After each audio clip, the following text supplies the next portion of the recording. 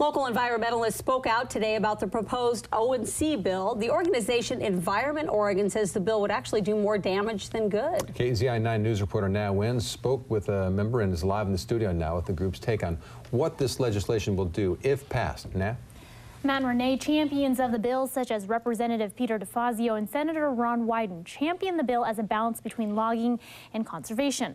But the organization says there is a long list of reasons as to why that's not exactly true. So the O&C forest lands are a part of the forests that are all across the state that are just kind of the most amazing in the entire country. That is why Environment Oregon says everyone should be invested in their preservation. And that is why field organizer Charlie Fisher was out at Hendricks Park in Eugene Tuesday morning. We're releasing our new fact sheet, Top Risks of Increased Logging, today, that highlights the worst impacts of this really reckless logging on our O&C forest lands. Last week, Senator Ron Wyden presented his new plan for the O&C timber payments. The legislation is supposed to be a balance between protecting some land while logging other parts for a much-needed economic boost. This would more than double the average harvest for the next 20 years. So there'd be an opportunity to put folks back to work in the woods, back to work in the mills.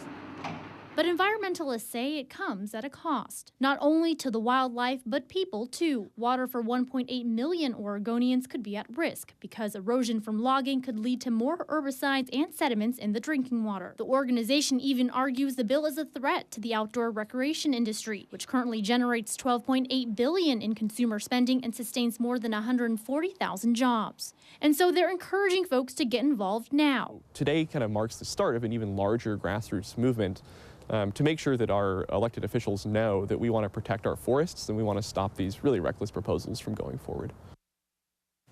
The bill will go to the Energy and Natural Resources Committee in the Senate, which Wyden chairs. He says he will do everything he can to move the legislation early next year. Live in the studio, Na Nguyen, KZI 9 News.